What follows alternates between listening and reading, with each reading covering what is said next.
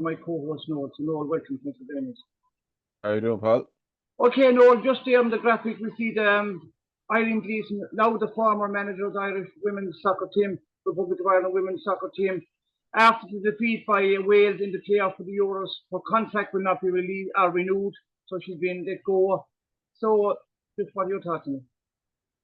Yeah, Paul, I suppose a lot of people were surprised. I think the FAI was going to review the campaign once the playoff was over.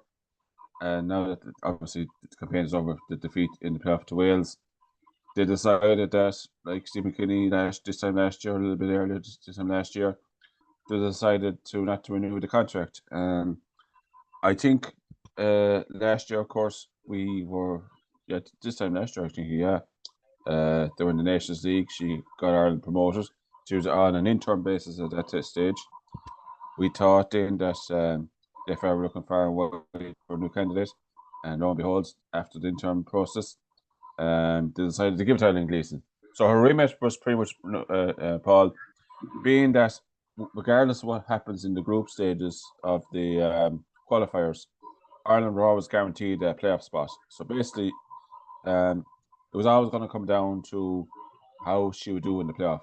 So obviously she beat Georgia. That was a given, to be fair. And then the big one then was how she was going to do against Wales. Got a 1-1 draw away from home, and then at home then is where sadly we sort of messed it up. Being at home, good crowd, over 25,000 at it. I think the FAI, particularly the way the progress has been made with this team, that we will get to a Euros. Because Wales were going for their first time ever. They were in our position maybe 2 years ago, previous with Vera. So we had the advantages, and I think the remit, as I said, was clear. Get us to the Euros, because we've done well in the Nations League, we're promoted, we're guaranteed a playoff. So it's a results business, Paul. You know, it's getting to tournaments now at this stage. The FAI you could say, are short of cash, or they need every tournament they get, the men's and women's football, is the best for their teams. And if you don't deliver, it's maybe seen as cruel or a bit harsh, but that's where it is, professional sports, and that's the way I suppose the standards in women's sport has gone up with that. Where in the past maybe she would have been given another contract or another qualifying campaign, but that's the profile of the team is higher now than ever before. And comes with pressure, comes with results, and the demand for results. So, yeah, look, if she got us to the Euros, I'm pretty sure she would have got a new contract for the World Cup qualifiers. But now that she hasn't, the FAI decided to let her go and not renew the contract. Yeah, and you see there on the above the words that thanked her for her commitment as the head coach, and we've spoken about this before, Noel. And again, I'm old-fashioned, and I've no problem with that. I'm proud of that. Actually, that's the way it is. That's what I can't change that now, says you. But to me, she's highly qualified coach, and she has some of the top coaching badges, this UEFA Pro license, A license, the highest coaching and all that. But in me, she was never a manager, and I think she showed that. We actually talked about it last year in the Nations League with 2 games to go, already top of the table, couldn't be beaten. And she didn't try and change her squad. She kept playing the same first-choice players, never tried it out. We actually spoke about it. And I think ultimately all the way along, she kept doing that. And that came back to bite us against Wales. But Katie McCabe, as we know, was sitting on a yellow card. She couldn't do anything. She was one tackle from being sent off. Denise O'Sullivan was having a quiet match. And we were simply, after that, we were bereft. We could do nothing. We had no bit of invention at all with that. So I think that was always something against her, that she was head coach. But look, that's the way it's going to be. The next person will probably be the head coach too. But I think you need a manager as well, sir. Yes, coaching is important and all that, and tactics, of course they are. But I think on a match situation like that, you have a manager is always looking ahead, trying to develop your squad, trying to bring in young players, try them out, try something different, having maybe a plan B. But to me, she never had that. I'm not a person attacking her, but I just don't like this term head coach. I believe it should be manager. But look, that's just my thoughts on that. And then more importantly, looking forward. What do you think? Yeah, Paul, I suppose the head coach is the thing that a lot of, nearly every manager now, whatever you like to call it, men and women, it's head coach, because I suppose clubs. If you bring back club football, That club doesn't make it football. right, Noel, even though I fully agree does. with you. It doesn't Oh, yeah. automatically make it right. Oh yeah, I know. Yeah, I suppose you could see with club football, owners want to have an influence on who comes in and goes out, because it's at the end of the day, if they're pumping money into the club, they want to have their team around them and have the head coach or what it was manager back in the day to have discussions with them as well. So years ago, Paul, you know, if we're bringing back to men's football or even women's football, you know, your own club, for example, Nottingham Forest back in the 70s and 80s, Brian Clough, I'm sure he would have been having the final say who came and went. It's not like that anymore in women's football, and even international teams. You know, you're getting a head coach as well. I suppose you're just focused on coaching the team and bringing in the odd player in international football where, you know, how to improve the squad.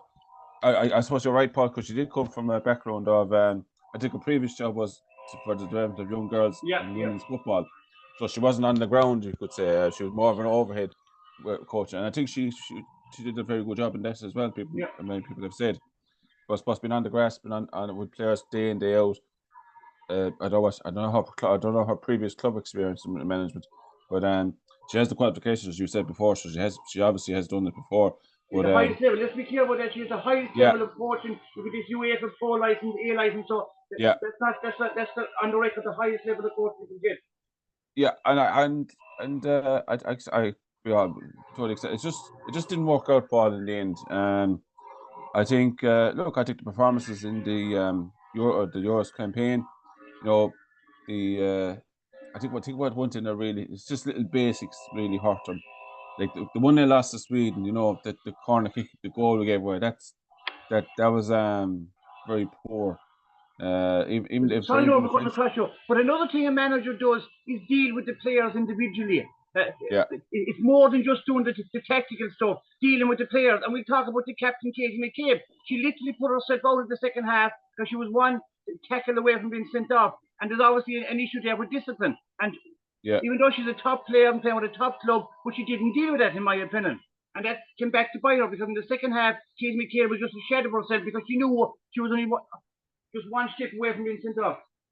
Yeah, and I think that's something that, I'm not saying it's a problem, but something that the new manager or new head coaches is now will have to address, where like Kelly McCabe has a record of getting yellow cards in a lot of games, and that's something I think like I know she's left back, she has to put in a few tackles, you know, wingers are attacking her down her wing, but sometimes it's needless. Like the yellow card she got against Sweden was needless. I think there was plenty of cover there. She made a late tackle, and she got suspended for the England game away.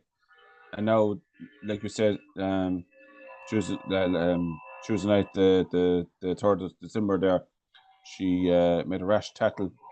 A bit peeved off that she didn't get a free kick because she was being held back by her hand was being held back. But no need to react the way she did. She just hacked down the Welsh player. I think even a bit of mountain where she was showing the referee her jersey was being pulled. I think, as I said last week, Paul, I thought she might have got away with it if she didn't make such a deal of it. But obviously, she's the captain. She's probably still the most smart player with Denise Sullivan. But I suppose, Paul, I think there was a broader point made by Dan Lesson TV and stuff, where even Rusha Littlejohn said we need to get coaching done right in this League of Ireland and on the grassroots, where we don't look after the ball enough. You know, it happens with the men's as well. We simply need to get a culture of, we need to be comfortable with the ball at our feet, not pass and move. And I'm not saying do silly things like play out from the back and put ourselves into trouble, but be comfortable on the ball. It's something that they've said about League of Ireland, the girls, and when they go over to England, because a lot of girls and men, to be fair, leave the League of Ireland or leave Ireland, whatever, and they go into England and Europe, where the coaches in clubs are looking for more technical players. I suppose whether that's right or wrong, Paul, is another day's work. But a lot of our players, and men's and women, sometimes when they go up to England, sometimes they don't always start. I think that's something we need. We need to develop our players much better for men and women's here, because obviously England is where most of our players play, and England have a choice of the world now, Paul. So we need to develop our young girls and boys here in our own system, better than what we're doing. There's talk that the FAI aren't putting the money, but maybe the FAI are cash strapped in certain areas that they can't put the money in. So look, we need to develop. We need to find some way to develop our players to get to a higher standard. And now that the focus is on the playing the Viva, the focus is on more than ever now in the women's team. So this is a massive letdown not getting to the Euros. The draws on today actually for the Euros for next year. Unfortunately, we're not there, but it's something that we're going to have to learn from. And whoever the new head coach is, Paul, um, that's going to be their whatever was Eileen Gleeson, whatever she's going to give a new contract, which she's not now. That was the remit. Get us now to the World Cup because we need to strike with iron or hot, Paul. I know I'm bringing it back to. I know that sounds basic enough, but when you have a higher profile now ever than ever in women's football, you need to not let this slide. For example, Scotland, who have a professional league across the water there themselves, they haven't gotten to the last 3 tournaments. So once a slide starts, Paul, it can keep going and keep going. So we need to be very careful, and we need to make sure the next appointment. And I don't know who now, Paul. To be quite honest, I don't know the names been listed. But we need to make sure the next person, he or she, gets it, that they're able to develop the team, improve the team, bring on maybe a few young players as well, because we need to. Because a lot's been said that our two best players that have come in, Anna Patton and Marisha Shiva, they came from someone else's system. They came from the American system and the British system. Because I think Anna Patton came through the grandparent rule. So we need to develop our own players and get better players in